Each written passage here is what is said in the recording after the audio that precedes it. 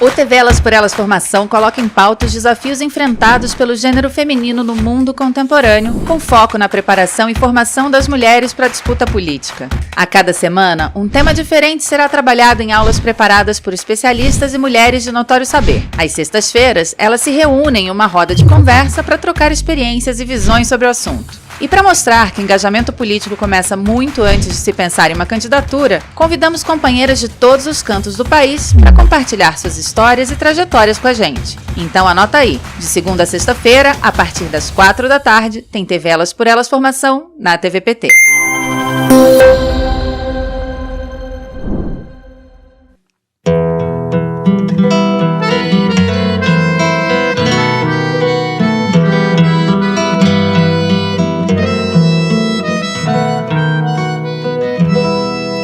Um lugar que é bom pra mim é onde eu quiser estar. A estrela ainda brilha, ela é quem vai me guiar. Ser guerreira é minha sina, batalhando pra vencer. Tenho voz pra ser ouvida, tenho sonhos pra viver. Não vão mais conseguir me anular, me calar. Ninguém vai me impedir de cantar e lutar. Seja em casa, no campo, na rua ou na praça. Chega de mordaça, agora eu vou falar. Porque eu sou mulher pra fazer acontecer. Eu sou uma delas, são elas por elas, ocupando os espaços de poder. O tema dessa semana é Mulheres e Direitos Humanos, Desafios para o Brasil. A primeira aula que fala sobre gênero e direitos humanos foi preparada pela ex-ministra da Secretaria de Política para Mulheres, Eleonora Menicucci. Eu iniciarei agora 4 aulas de no máximo 15 minutos sobre gênero e direitos humanos. O primeiro módulo, a primeira aula, eu vou abordar brevemente um relato dos 3 documentos básicos que constituíram os direitos humanos. E as mulheres nesses documentos, ou melhor, as mulheres fora desses documentos. E por que se as mulheres fora desse documento? Se nós, mulheres, ou as mulheres em geral, são sujeitos e protagonistas de direitos, elas não foram consideradas. As mulheres reivindicam e contribuem suas demandas como direitos. No entanto, fora do guarda-chuva de direitos humanos. Os debates sobre os direitos humanos são muito recentes no mundo ocidental.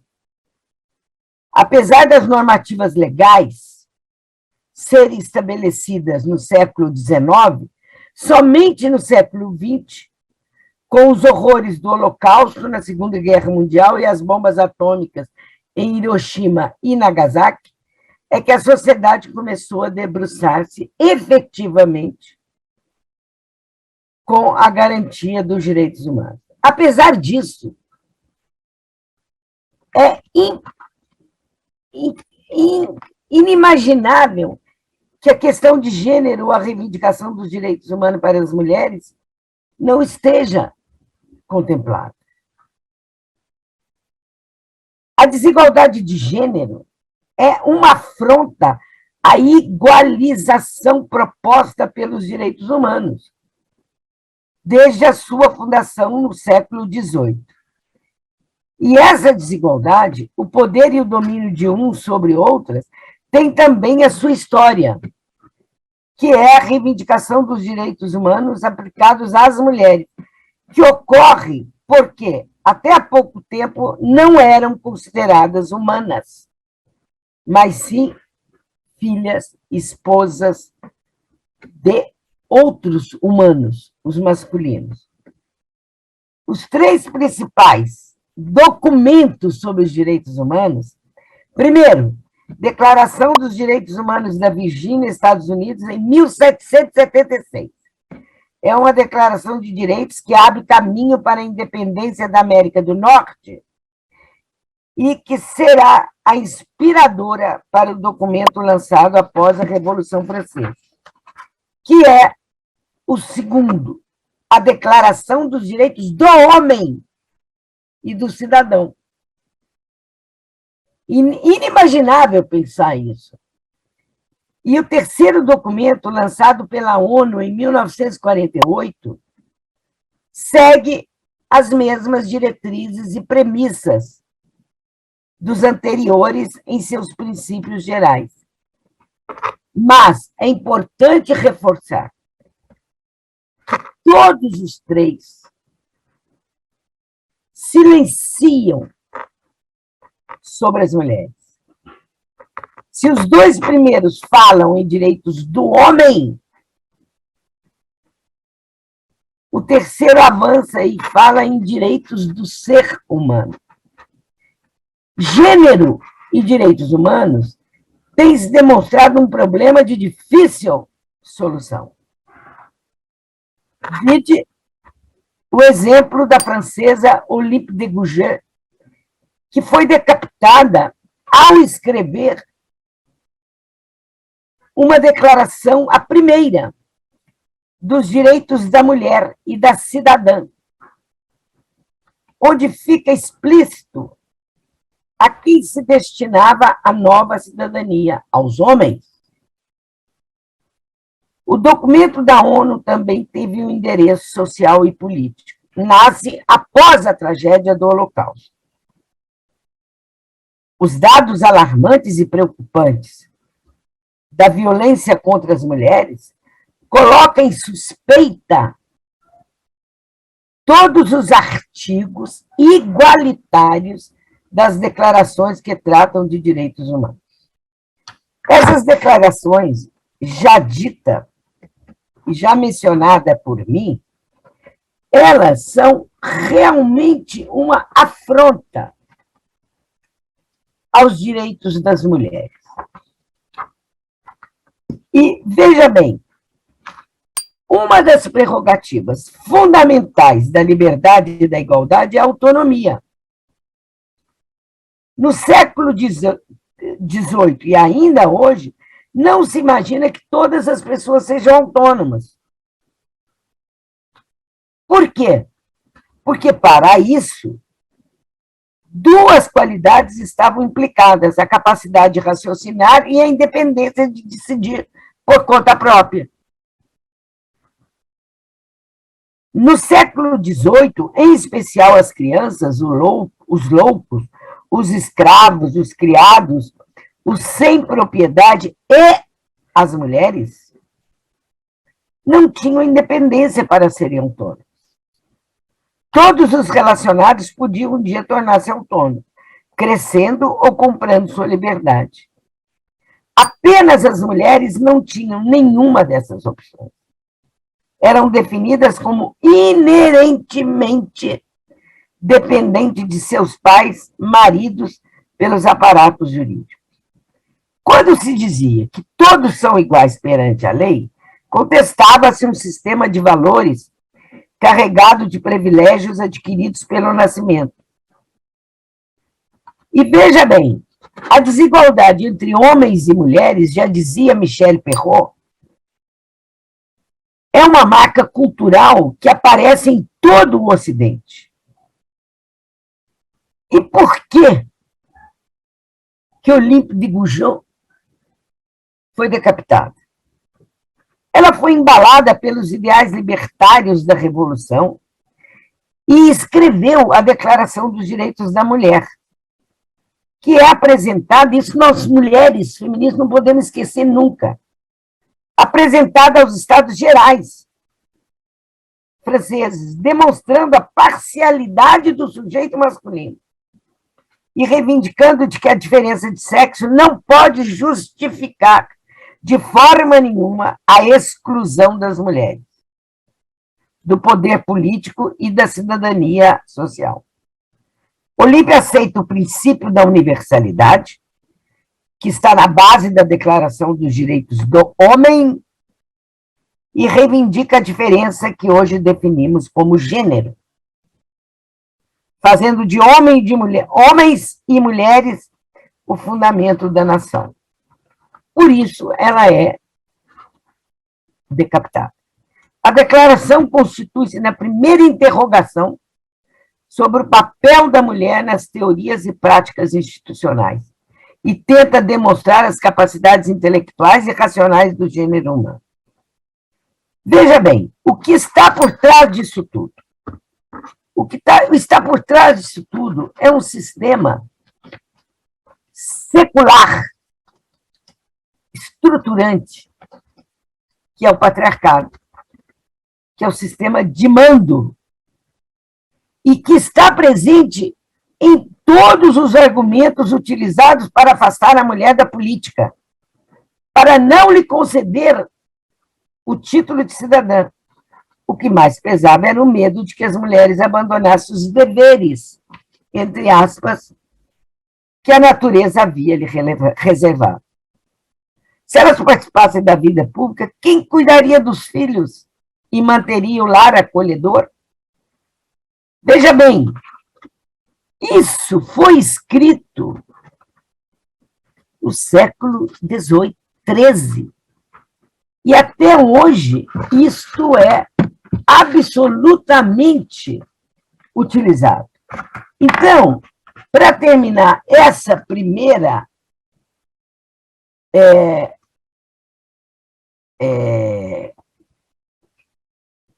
as primeiras questões sobre direitos humanos e gênero,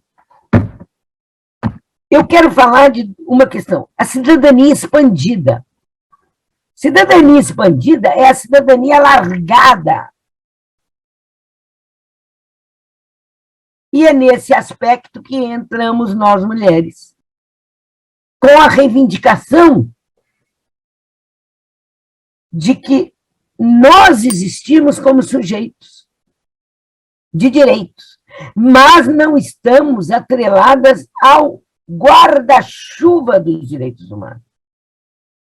Os nossos direitos, que começaram a ser reivindicados no século XIX, provocam um conflito enorme. Porque nós vamos reivindicar, e aí eu encerro dentro de 2 minutos esse bloco de gênero e direitos humanos. Por que provoca esses grandes conflitos? Primeiro, porque coloca o direito a uma vida sem violência. Segundo, porque coloca a questão dos direitos reprodutivos e direitos sexuais como direitos que têm que ser decididos no espaço do privado por nós mulheres, não no espaço público. E o terceiro é para salário igual, trabalho igual, né, que é na questão da autonomia econômica. Então, tem 3 premissas para trabalho igual, salário igual.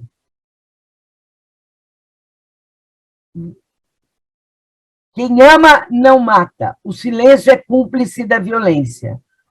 E nosso corpo nos pertence. Aí nós, mulheres, criamos, no movimento de mulheres e no movimento feminista, a concepção de direitos das mulheres, sobre os quais eu falarei a seguir nos blocos da violência, da saúde da mulher, direitos sexuais e reprodutivos, e da autonomia econômica, com 2 aspectos só. Então, encerro aqui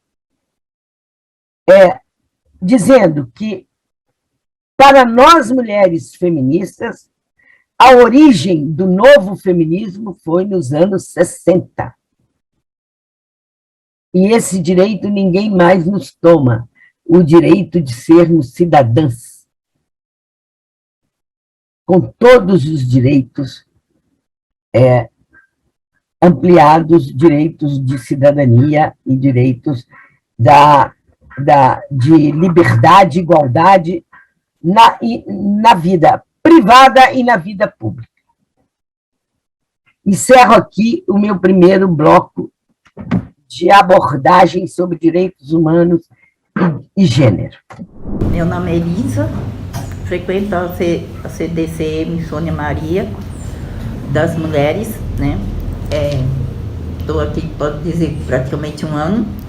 O agressor vira e mexe aparece na minha casa, mas tem que agradecer a casa, a GCM 190, que está sempre me socorrendo. Graças também ao apoio daqui, consegui ter a medida protetiva, que as mulheres que estão passando por isso não desistam, porque às vezes as pessoas acham que chega na delegacia maltratada, mas não é, porque a gente tem que entrar com respeito para ser respeitada, e quando fizer, não desista, porque eu acho assim, quem bateu uma vez, bate sempre, né? Só que quem bebe é pior ainda, porque nós estamos passando pelo coronavírus, às vezes tem briga por causa de falta de emprego, por vários motivos. Então, cada motivo é uma coisa. E eu acho assim, que a mulher não deve ser nós não nascemos para tomar pancada. Eu acho que quando não dá certo, é melhor separar, principalmente quando tem filhos.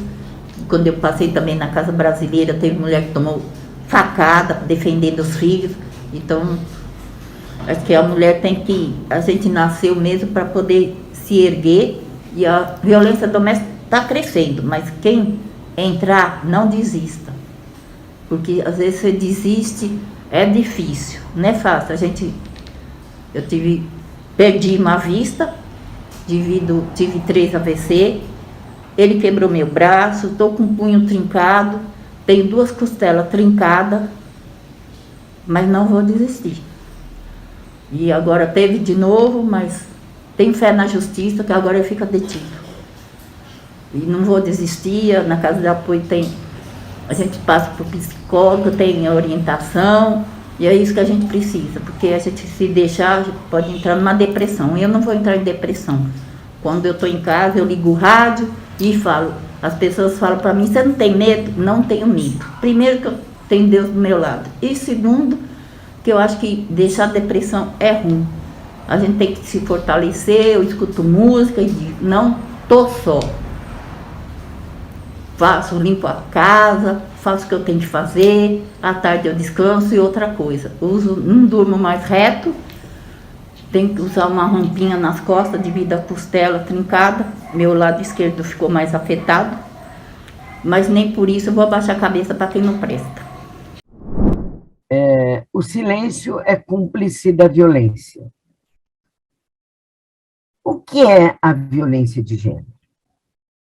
Violência de gênero é a violência dos homens contra as mulheres, pelo simples fato de sermos mulheres. O que constrói, o que dá substrato a essa violência? É o sistema patriarcal, que é estruturante ao longo dos séculos, dos sistemas, até na monarquia, dos sistemas capitalistas, escravocratas, patriarcais, que sustenta a questão dessa relação de poder, porque é uma violência do homem contra a mulher, mas, ao incluirmos o conceito de gênero, que é a relação de poder entre os sexos, nós estamos falando em poder. E quem cala diante das violências de gênero consente e é cúmplice dessa violência. Então, Nós temos várias faces, infelizmente, dessa violência. Temos a violência doméstica.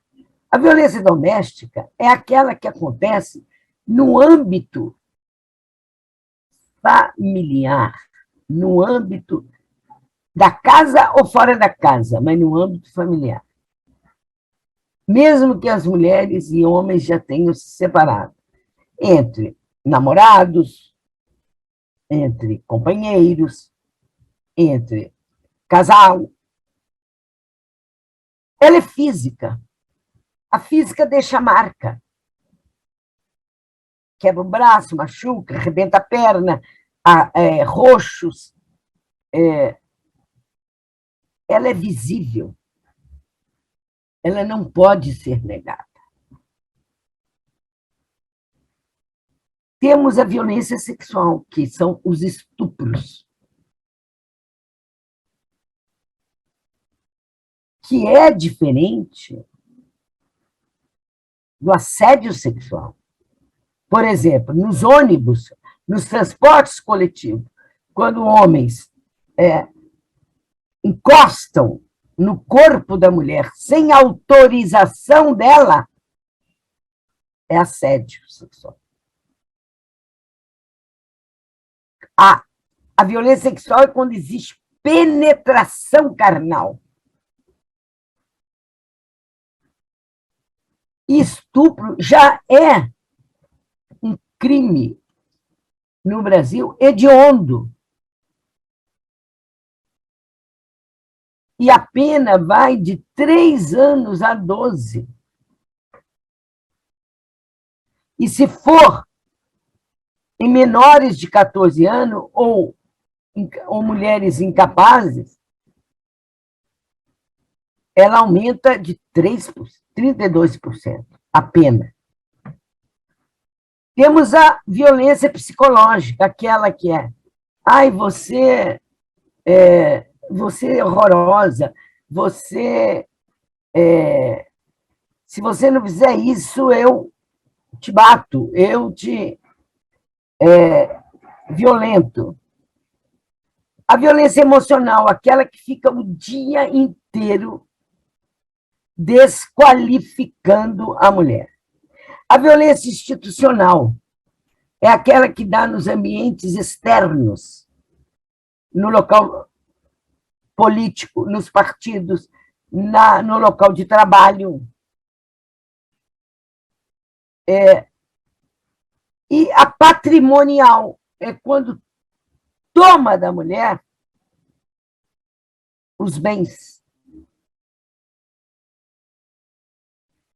E estes bens incluem cartão de crédito. E inclui também não permitir que a mulher trabalhe. E agora nós temos a violência política, aquela que acontece nos parlamentos, sejam eles federal, municipal, estadual ou municipal, ou aquelas que acontecem no âmbito de partidos, com ameaças. E vejam bem, nós temos leis já. Antes de falar das leis, eu quero falar a violência sexual, o estupro, que eu já disse é hediondo, mas nós temos vários serviços, que eu vou enumerá-los depois. Agora, o fundamental é que as mulheres passaram a perder o medo de denúncia, de denunciar o agressor. E tem o assédio moral, é o que se dá no mundo do trabalho. Isso cabe denúncia também, e cabe punição. E temos aquela velha violência secular, que diz que se você não transar com o patrão, você será demitida. Veja, nós, nos nossos governos, desde o governo Lula e aqui da saudosa ministra Nilceia Freire, e no governo da presidenta Dilma, na minha titularidade, nós criamos, em 2006, junto com o Movimento de Mulheres, a Lei Maria da Penha. E a Lei Maria da Penha foi criada... Qual é rapidamente a história da Lei Maria da Penha? A própria Maria da Penha se aliou a grupos feministas e fizeram uma denúncia na corte latino-americana. E a corte exigiu que o Brasil tivesse uma lei mais rigorosa contra a violência às mulheres. Porque a Lei 9.099, anterior à Lei Maria da Penha, era só distribuição de cesta básica. E agora não. A Lei Maria da Penha é uma lei que pune, que tem as medidas protetivas, que determina que o agressor se afaste das mulheres e que fique com o botão do pânico as mulheres, porque se ele se aproximar, ela aciona o botão do pânico e tudo mais. E aí ela está pedindo ajuda. Agora, nós temos a lei do feminicídio. O Brasil é o 16º país, sancionada, nesse caso, pela presidenta Dilma, em 2015, a sancionar a lei do feminicídio, que é a morte, o assassinato das mulheres pelo simples fato delas serem mulheres. E é assustador o aumento do feminicídio. O feminicídio é uma epidemia no Brasil. E eu costumo dizer que a violência contra as mulheres é a antessala do feminicídio. Então, essas leis, nós, nos nossos governos, nos governos do PT, nós avançamos muito, porque as ministras eram feministas, a equipe era uma equipe feminista. Nós avançamos muito nessas leis. Tem o 180, na minha titularidade, nós transformamos o 180 de disque para ligue, que é automaticamente a mulher, ao fazer a denúncia, já se torna um processo. Nós criamos os ônibus lilazes, atendendo uma reivindicação da Marcha das Margaridas de 2011, que é levar esse serviço para toda a população das florestas, das áreas periféricas. Temos 2 ônibus para cada estado. Eu entreguei. Tínhamos o barco da Caixa Econômica, que levava para as populações ribeirinhas. Nós fomos à Ilha do Marajó, esse serviço. Temos a Casa da Mulher Brasileira. Tínhamos o núcleo de fronteira seca para impedir que mulheres fossem traficadas nas fronteiras secas. E hoje o que temos? Nada. No orçamento de 2022, não tem nada previsto para as políticas de enfrentamento à violência contra as mulheres. Então, essa epidemia patriarcal, misógina, machista, ela é permanente. E ela aumentou assustadoramente agora na pandemia do coronavírus. Porque a pandemia obrigou as mulheres, ficarem dentro de casa com seus agressores. Foi daí que nós optamos por nos agregarmos à política do Núcleo de Direitos Humanos do Ministério Público, que inventou o X vermelho na mão. A mulher, o Ministério Público fazia algumas tratativas com algumas drogarias, fez parceria, e a mulher chegava na drogaria e pedia um remédio, mas mostrava a mão.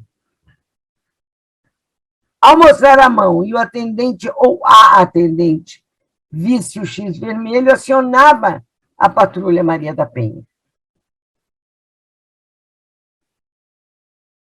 E a patrulha ia buscar as mulheres. Pois bem, hoje nós não temos nada. Os serviços estão escateados. Todos esses que eu elenquei. E é lamentável, porque quem mais morreu nessa pandemia de coronavírus? Mulheres, negras e pobres. E quem é o alvo principal deste fascista genocida que está no poder? Mulher.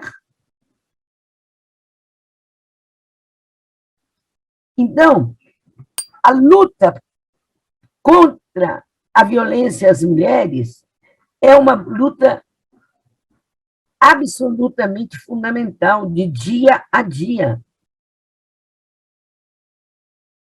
Os edifícios, as vizinhanças têm que estar atentas ao que acontece nas casas, para ouvir os gritos das mulheres, gritos de pedido de socorro, de pedido de apoio. E é verdade, sim, que em briga de marido e mulher, ou de homem com mulher, se mete, sim, a colher de pau. O Estado tem que meter a colher de pau, sim. E quando estivermos na rua, ou em qualquer lugar, que nos defrontarmos com uma agressão dessa, nós temos que intervir. Porque por isso que eu digo, silêncio é cúmplice da violência. Essa insígnia foi construída em 2000, muito antes, em 1980, pelo movimento feminista, que era quem ama não mata. E é isso. Eu trabalho, dou uma consultoria no CDCM, no bairro de Heliópolis, aqui em São Paulo, que atende mulheres vítimas de violência. Não pode falar em situação de violência, é vítimas de violência. O que aumentou durante a pandemia, e nesse pós-pandemia, vocês não têm ideia. Então, quem ama não mata. O silêncio é cúmplice da violência. Por isso, eu vou caminhando para o meu término, dizer para vocês, todas e todos que me ouviram, me ouvirão, tem que estar atenta. Porque não é normal. Não é natural que mulheres percam a vida pelo simples fato de serem mulheres. Então, eu termino insistindo. O silêncio é cúmplice da violência. E teremos que remontar todas as nossas políticas para o enfrentamento à violência contra as mulheres. Na verdade, a gente está ainda com um processo de desconstrução muito grande, né? Porque as nossas mulheres, elas foram educadas para cuidar. Então, para a mulher ter um reconhecimento na profissão, ou ela ter uma posição, para conseguir trabalhar, para conseguir fazer, ela tem que administrar a vida doméstica, e muitas vezes o companheiro diz que ela tem que... aliás, ele diz não, ele fala, olha, isso, gente, eu vou demonstrar um pouco na prática, até pelos atendimentos que a gente tem nos CDCMs. Ela é permitida a trabalhar se ela der conta dos deveres de casa. Então, não, a resposta é assim, você pode trabalhar sim, desde que você continue dando conta dos deveres que você tem em casa.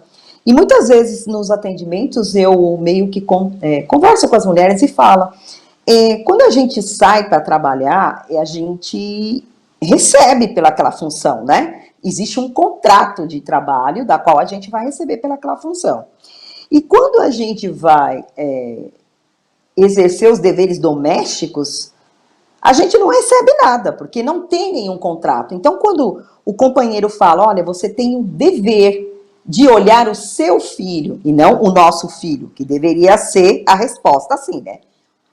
Nós temos que olhar o nosso filho, nós temos que dar educação, nós temos que levar à escola. Não, ele fala, você tem o dever de olhar o seu filho. Você tem o dever de fazer comida. Quando eu chegar, a comida tem que estar pronta. Só que ela também trabalha. Então, e muitas vezes, é muito difícil fazer essa desconstrução com as mulheres, porque elas acreditam que tem um dever mesmo de fazer isso. E aí, quando eu falo com elas, aonde está escrito isso, né? Aonde vocês viram que está escrito que você tem esse dever doméstico de olhar o filho, levar o filho na escola, de fazer a comida, de lavar a roupa, de dar conta de tudo isso, além do seu trabalho. Porque o seu trabalho, você é remunerada, tem uma função e recebe por isso. E o trabalho do lar, você não recebe. Então, por que você tem esse dever? Né? Por que não dividir essas tarefas? Por que não fazer junto? Porque se vocês, quando escolher estar com o companheiro, vocês pensaram em ter uma relação, compartilhar essa relação, e não cada um fazer uma parte. Eu acho que a gente... É difícil fazer, tá, essa desconstrução com as mulheres, porque elas não compreendem. Aí muitas dizem assim para mim, nossa, eu casei e eu tenho que fazer sexo com ele. Aí eu pergunto para ela, onde que está escrito isso? Quando você casou lá no contrato do casamento, a certidão de casamento, está escrito em algum lugar que você tem que fazer sexo com o companheiro, que você é obrigada a fazer isso? Está escrito, onde vocês viram escrito isso? Não, mas ele fala isso para mim. Ele fala que eu tenho dever, como mulher casada, de me deitar com ele todos os dias, mesmo contra a minha vontade. Então, essa luta que a gente tem entre desigualdade, entre poder fazer, exercer sua profissão, também cuidar das coisas domésticas, e assim, eu sempre desconstruo com as mulheres que a gente tem que dividir, porque a gente pediu para ter alguém na nossa companhia, né, estar com alguém, mas para somar, não para ter o dever de fazer determinadas coisas, e sim para somar, para dividir, para, né, fazer junto, muitas coisas, porque os filhos foram tidos juntos, e não, ó, eu te dei esse filho aí, você cuida. Então, a gente tem uma dificuldade grande das mulheres compreenderem que isso não é falar assim, mas isso que você está falando é coisa de feminista, né? Às vezes elas falam que os companheiros falam isso para ela. E não, eu sempre falo para elas, me mostrem quando vocês falam que tem esse dever, quem disse isso para vocês? Quem falou isso para você? Aonde está escrito? Onde está escrito isso? E aí elas não sabem que... Aí elas falam, o meu marido que me fala. Então, por conta desse estado da mulher ter que cuidar, né, de ter essa educação de cuidar da casa, das coisas, então fica aquilo enraizado, entendeu? Que as mulheres têm o dever de cuidar dos filhos, de cuidar da casa, e não receber nada por isso. E não que eu ache que as mulheres não tenham que fazer as coisas, mas juntos, né? Eu acho que juntos, com um companheiro, né? Eu falarei agora para vocês sobre uma temática extremamente importante para as mulheres, para nós mulheres, que define a dimensão dos direitos humanos no espaço privado das mulheres. Estão implícitos aí a liberdade e o direito no espaço privado de decidir pela sua própria vida. É por isso que, neste módulo, eu digo, nosso corpo nos pertence, meu corpo me pertence. Portanto, eu tenho que ter a garantia e o exercício do direito de escolher o que é melhor para o meu corpo e o que é melhor para a minha vida naquele momento. É por isso que chama de saúde integral da mulher. Saúde integral da mulher, direitos sexuais e direitos reprodutivos. Saúde integral da mulher é a perspectiva da integralidade, da equidade e da universalidade no que diz respeito à saúde das mulheres, que são princípios do nosso querido Sistema Único de Saúde, tão sucateado agora. E nós temos, desde 1980, um programa criado por nós, mulheres feministas, demandado e formatado, elaborado e proposto, que é o programa PAISME, Programa de Atenção Integral à Saúde da Mulher. E porque nós rompemos na concepção desse programa, nos anos 80, nós rompemos com a visão que a mulher, que a saúde da mulher era materno-infantilismo, infantilista, ou seja, a mulher só teria que ser cuidada na perspectiva da maternidade. O que nós dissemos que não. Quando eu digo nós, é um movimento de mulheres, é um movimento feminista. Nós dissemos que não. Nós queremos que a nossa saúde seja um direito, que cabe a nós escolhermos o que é melhor para nossa vida, nosso corpo, mas cabe ao Estado garantir esse exercício desse direito. Isso é saúde integral, que vai desde contracepção, parto, puerpério, climatério, menopausa, sexualidade, morte materna, saúde nos locais de trabalho. Porque, veja, quando o antigo paísmo, que hoje ele se tornou uma política, hoje é pinaísmo. O que é previsto nisso?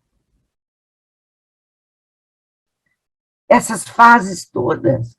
Quando falamos em parto, puerpério, gestação, parto e puerpério, é o nascimento. O cuidado fundamental que tem que ter com a mulher nesse período. Mas quando nós falamos em sexualidade, nós estamos falando em climatério e menopausa, que é um período em que a mulher deixa de menstruar. Mas ela não perde a sua sexualidade. Essa é a primeira questão. A segunda questão são as questões de mortes maternas, que são absolutamente evitáveis. O SUS, morte materna é a quarta causa de morte das mulheres. É inimaginável pensar dessa forma, ou existir isso. E quando nós pensamos na saúde integral também, nós também precisamos pensar na formação continuada dos profissionais de saúde, aqueles mais diretamente ligados à mulher, que é o médico, a enfermeira e atendente de enfermagem. Depois vem psicólogo, assistente social, fono, nutricionista. E aí surge, na dimensão da morte materna, surgem as mortes absolutamente evitáveis. E surge a violência obstétrica. Morte evitável é uma violência obstétrica. É porque a mulher não fez 6 consultas, que é obrigatório fazer 6 consultas. E o desrespeito às mulheres no climatério, que é a fase do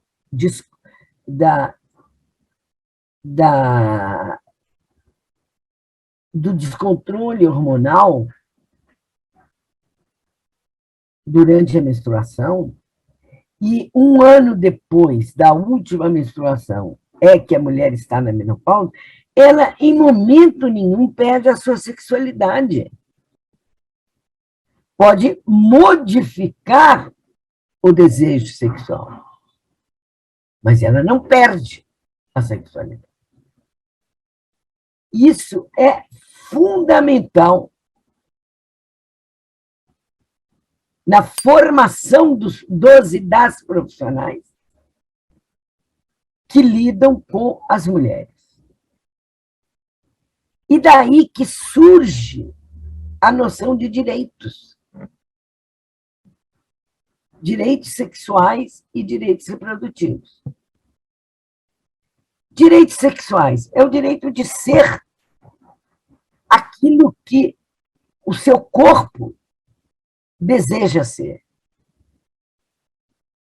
Porque não é a homossexualidade compulsiva e fecundante. Nós temos as lésbicas, as bissexuais, temos as trans, são as que mais morrem de ataques transfóbicos. Isso é uma violência contra as mulheres. E na nossa legislação, nada se aprovou no Congresso, se aprovou tudo no Supremo Tribunal Federal. E aí, sim, quando você olha 2 garotas ou 2 garotos, mas nós estamos falando de mulher, andar de mão dada na rua, são agredidas. Os restaurantes se negam a atender. Isso é uma questão de direitos das mulheres. É essa nova concepção de direito que retira do público e passa para o privado, no espaço do corpo, no espaço da decisão, que é a discutida, hoje muito aceita, a orientação sexual.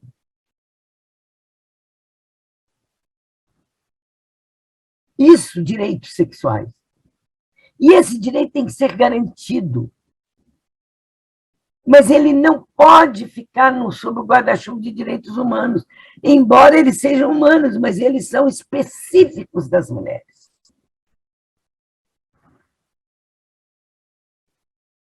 E é nesse sentido que nós temos que ter cada vez mais políticas públicas que garantam esses exercícios no SUS. Por exemplo, o nome social.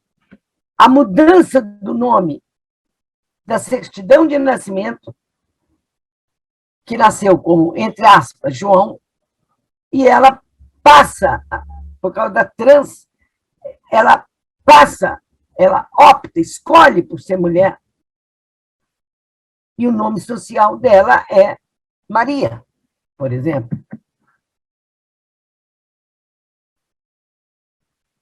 E aí entra no SUS já era. E na última Conferência de Direitos Humanos do governo Dilma, nós aprovamos o nome social. Hoje está tudo escangalhado.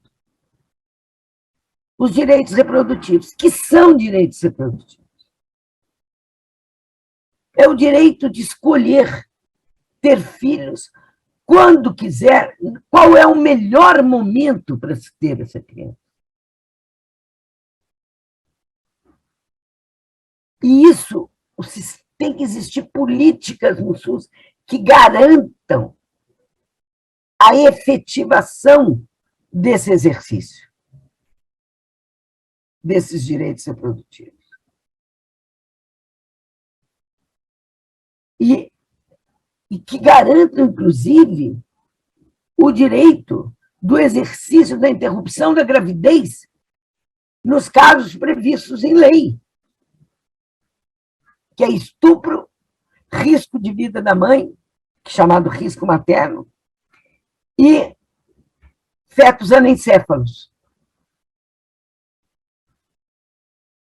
Criança de 10 anos, o ano passado, no início desse ano, teve um caso bárbaro no Espírito Santo. Uma criança de 10 anos foi estuprada anos. Ficou grávida, só conseguiu fazer a interrupção da gravidez num hospital no Recife.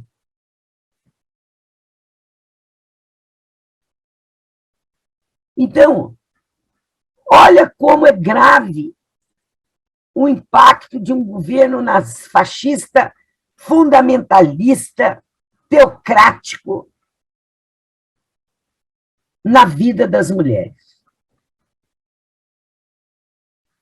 Do jeito que eu quero escolher se eu tenho parto normal ou parto cesárea, eu tenho que ter a garantia do direito da interrupção da gravidez nesses casos que no Brasil é legal. Isso é inequívoco, mas não é respeitado. Você imagina se no Brasil fosse garantido o direito de interromper a gravidez indesejada voluntariamente até a 12ª semana da gravidez, por outros motivos. As mulheres seriam assassinadas.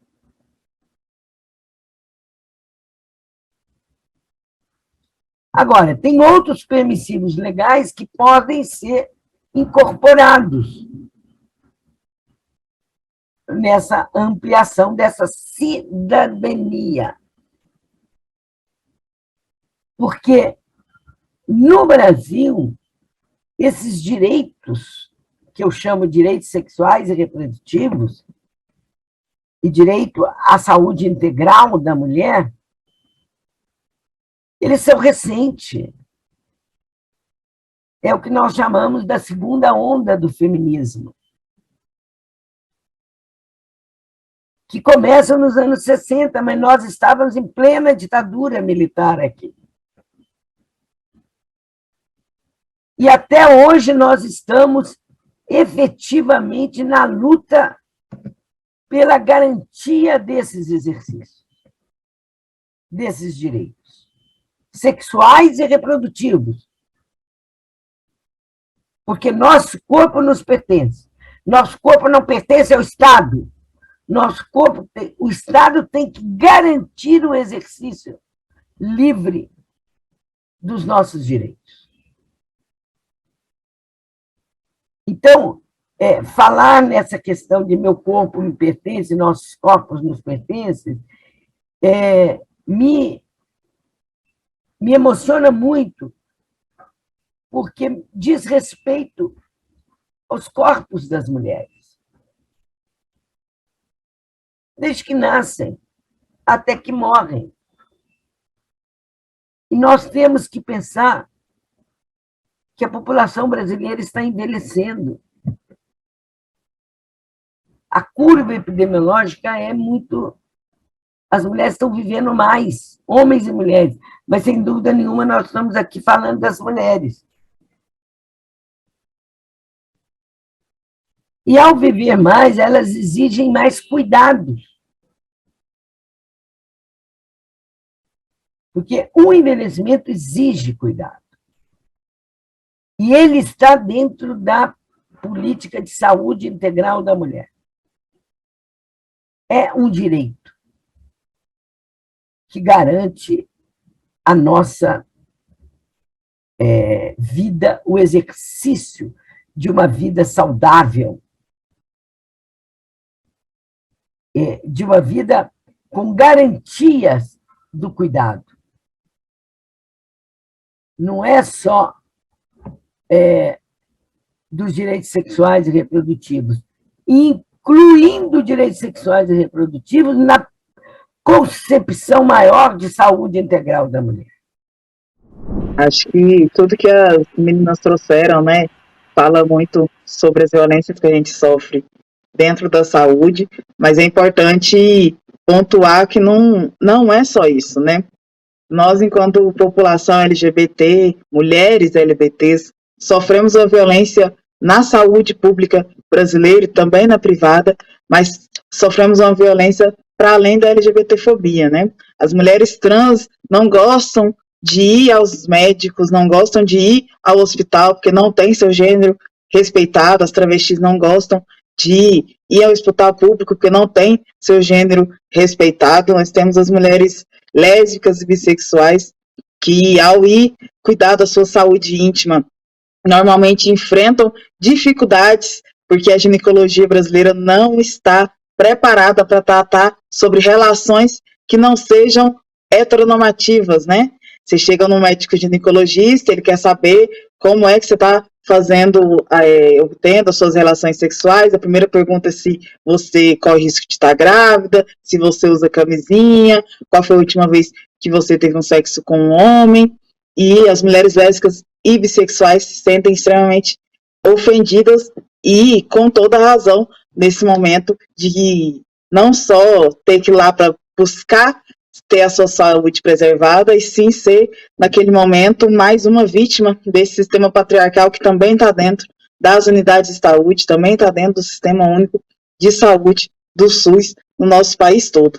A doutora Denise falou muito bem sobre a violência obstétrica que as mulheres negras sofrem nesse país, a falsa ideia de que as mulheres negras têm mais força e por isso elas conseguem ter partos e fazer procedimentos de obstetricia sem precisar de anestesia. Isso é mais um rastro do que foi a escravidão no Brasil, onde as mulheres negras eram obrigadas a parir seus filhos sem nenhuma ajuda e aguentando sozinhas as dores que aquele parto lhe ofereciam, justamente porque no momento da escravidão, aqueles filhos, na maioria das vezes, eram filhos de estupros, e eles já nasciam natimortos, justamente porque essas mulheres não tinham a ajuda necessária naquele momento para ter suas crianças, para ter seus filhos. Isso continua acontecendo hoje no Brasil.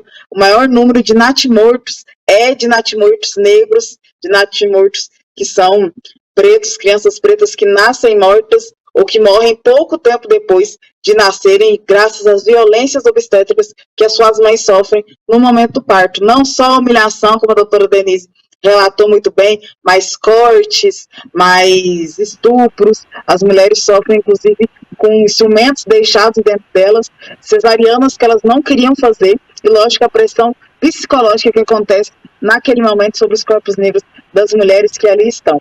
E, para encerrar, não dava para não falar sobre a violência que nós sofremos dentro da saúde, no que tange a nossa saúde mental enquanto mulheres.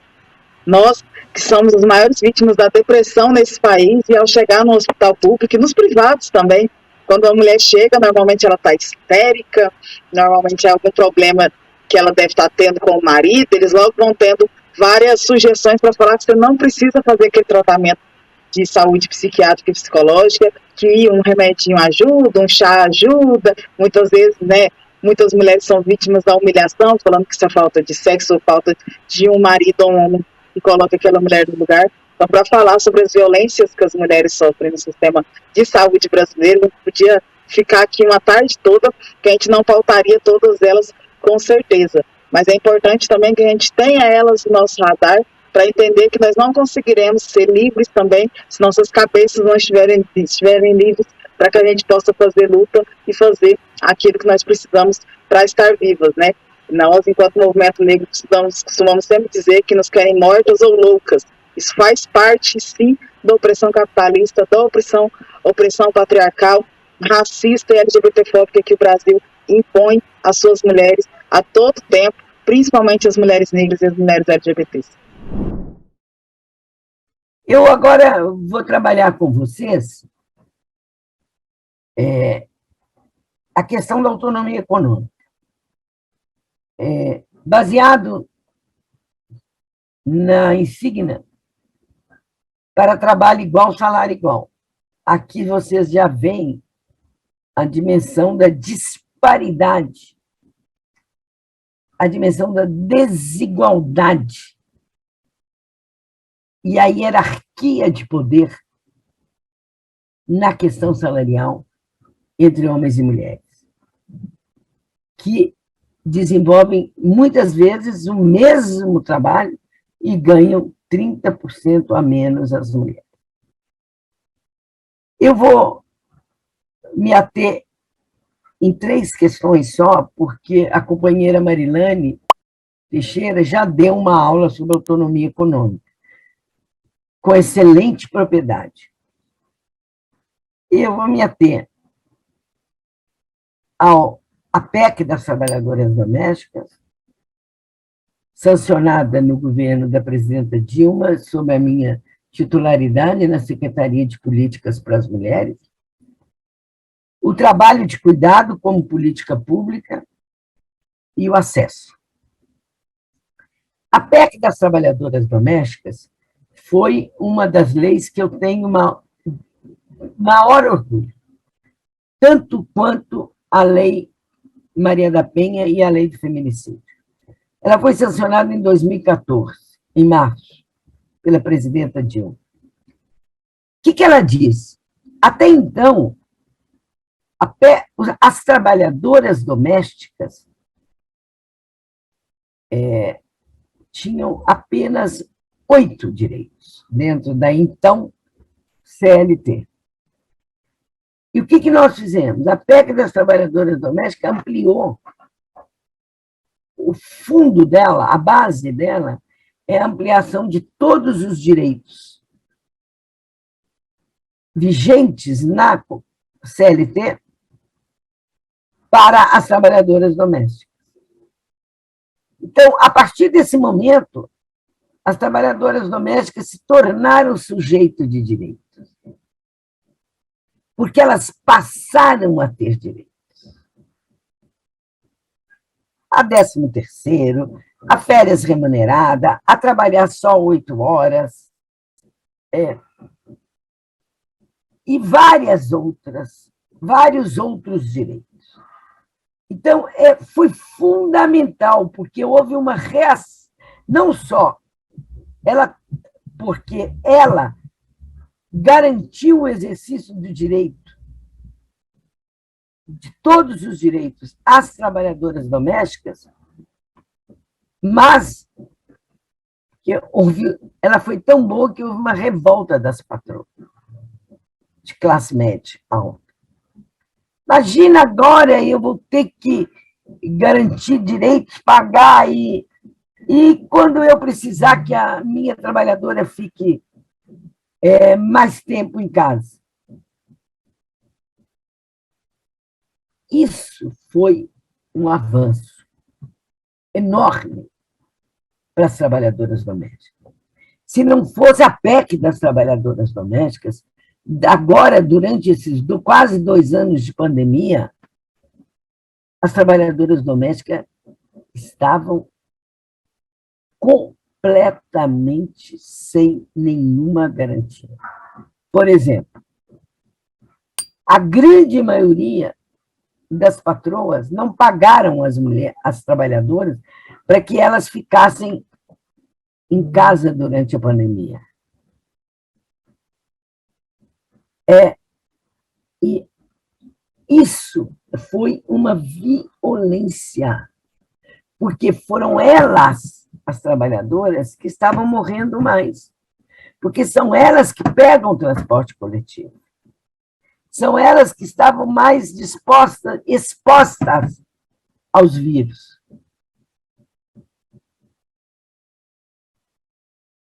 Então, a PEC das trabalhadoras domésticas foi realmente um avanço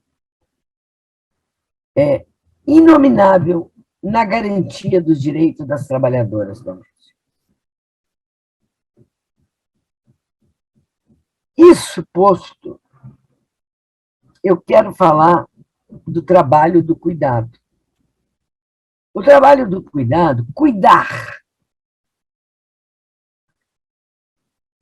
O cuidar exige uma relação. Quem cuida e quem é cuidado, ou quem é cuidado. Normalmente, secularmente, por todo esse sistema patriarcal e esse sistema da exclusão das mulheres das declarações dos direitos humanos, quem cuida são as mulheres.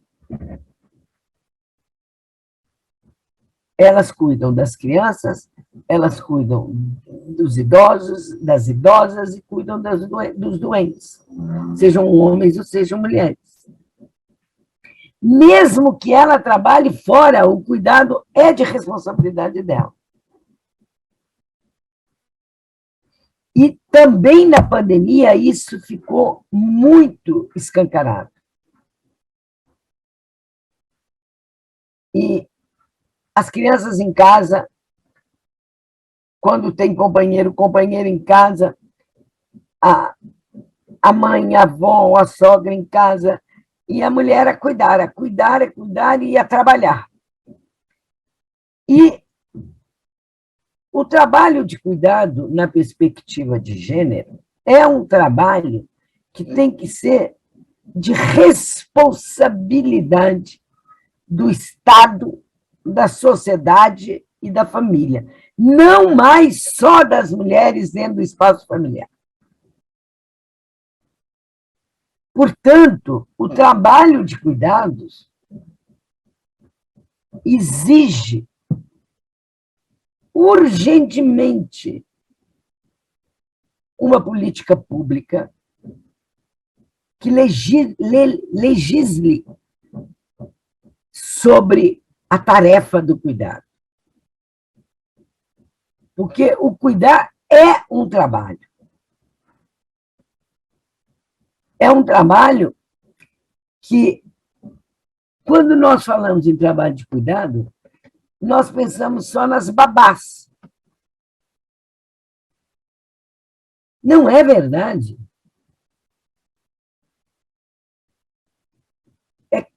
E com o envelhecimento da população, quem cuida desta população envelhecida?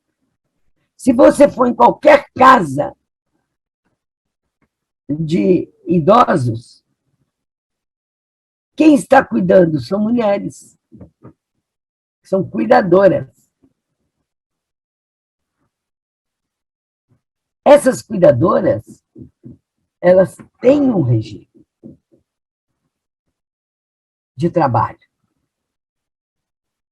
mas são elas que se deslocam, porque o cuidado não é uma política pública. A partir do momento que o cuidado se tornará uma política pública, altera a compreensão.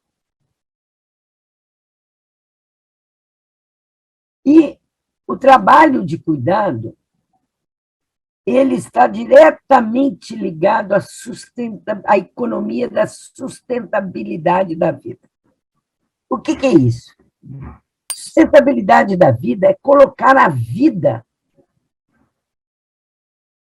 prioritariamente na relação de debate com a economia de mercado, com a economia clássica de mercado. Então, a economia da sustentabilidade da vida discute, critica a economia do mercado.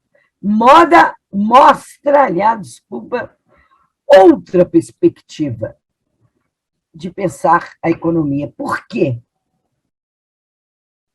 Porque coloca a vida em primeiro lugar. E a vida de quem? De pessoas. Seres humanos que exigem afeto.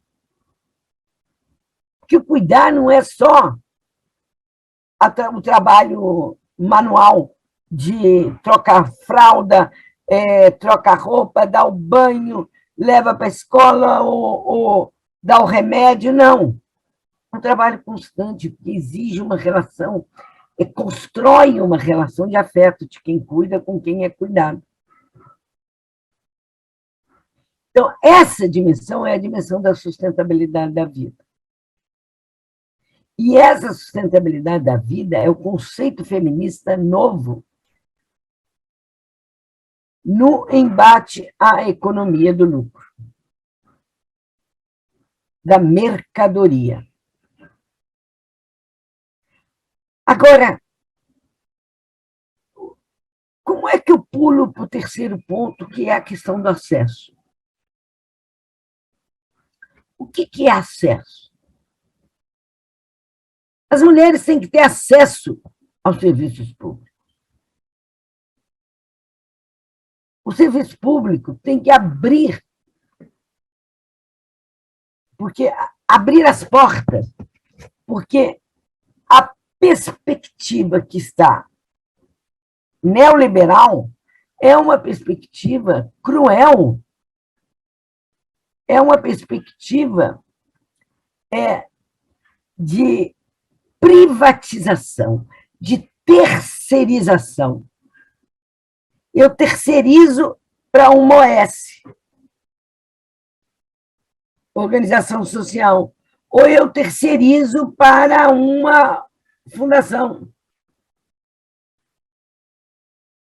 É que nem a Casa da Mulher Brasileira, em São Paulo. Ela é terceirizada para uma outra empresa. Não é a prefeitura que faz a gestão.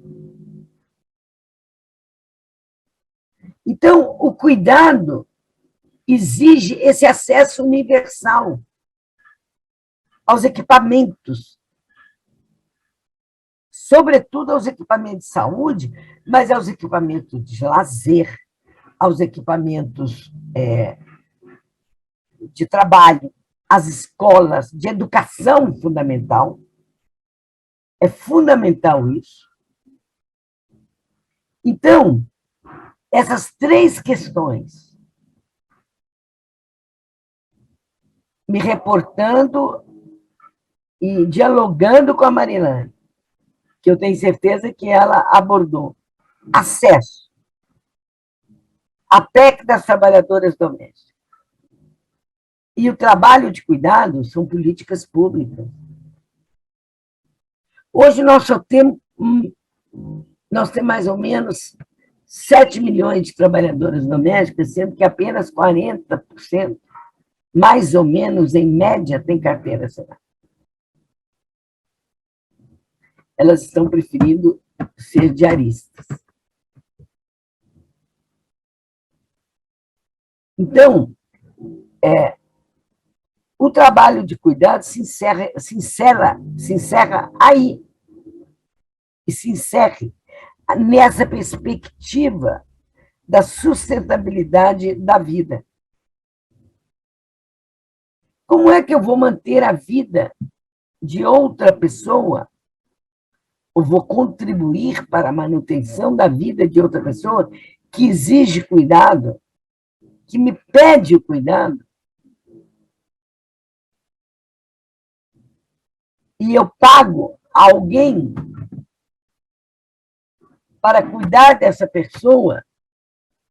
E como é que essa pessoa não vai estabelecer uma relação de afeto de quem cuida com quem é cuidado? Isso é sustentabilidade da vida.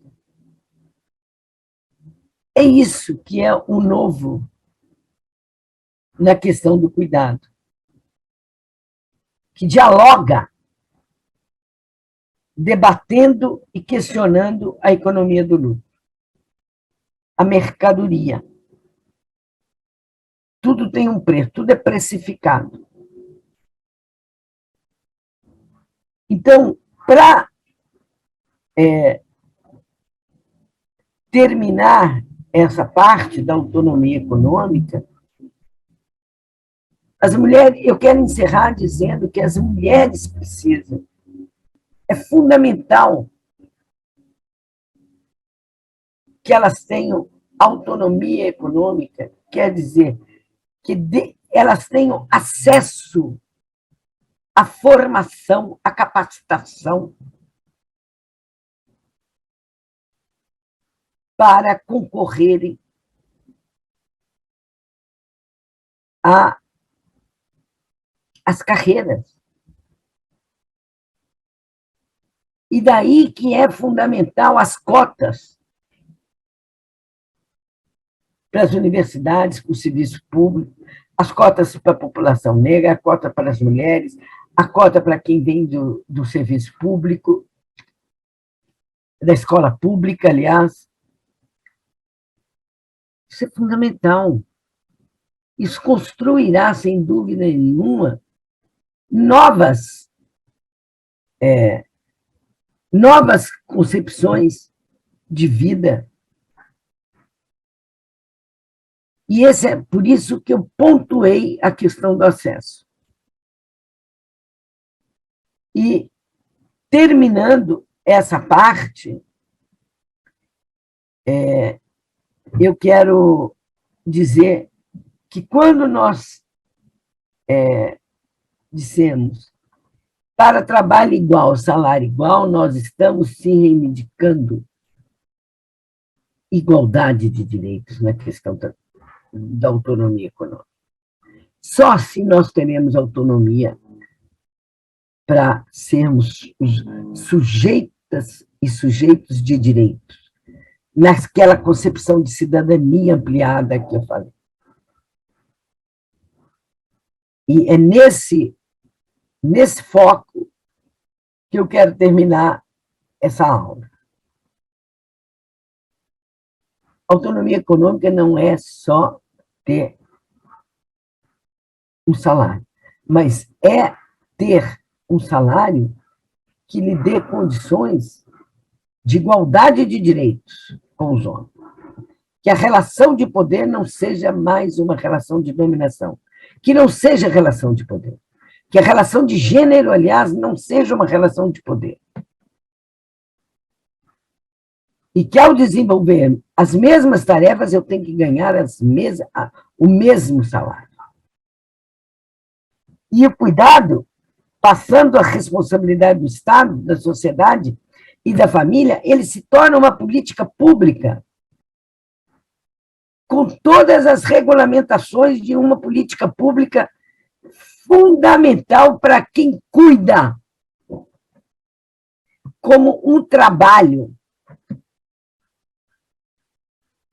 Autonomia econômica é isso.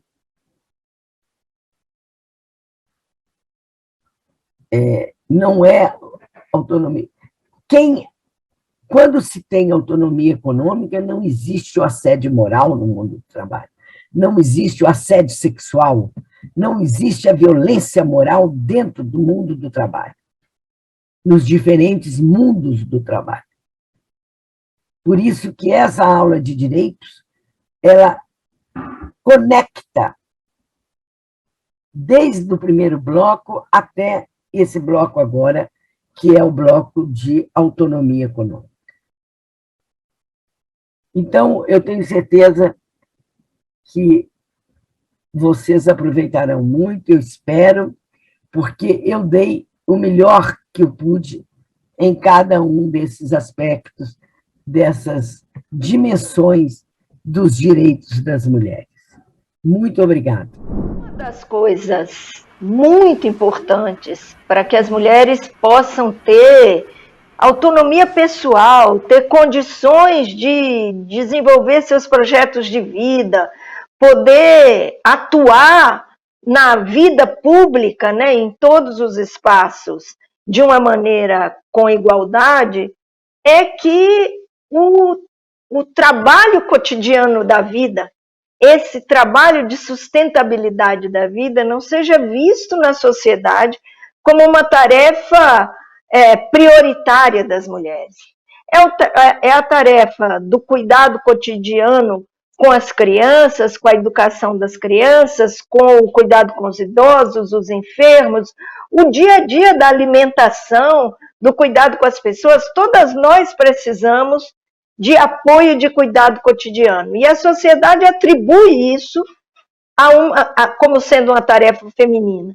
E na medida em que isso é uma tarefa das mulheres, dessa forma tratada na sociedade, isso faz com que a gente tenha uma dificuldade muito maior de inserção no mundo público, de poder trabalhar, poder desenvolver trabalhos e carreiras, ou poder ter acesso à cultura, ter acesso à educação, participar da política. Então, na medida em que nós precisamos construir essa autonomia, é preciso ter uma mudança não só desse padrão de desenvolvimento na sociedade, que é um padrão que se apoia, de certa forma, ele diz que se apoia nas famílias, mas se apoia nas mulheres dentro da família, no trabalho não pago das mulheres.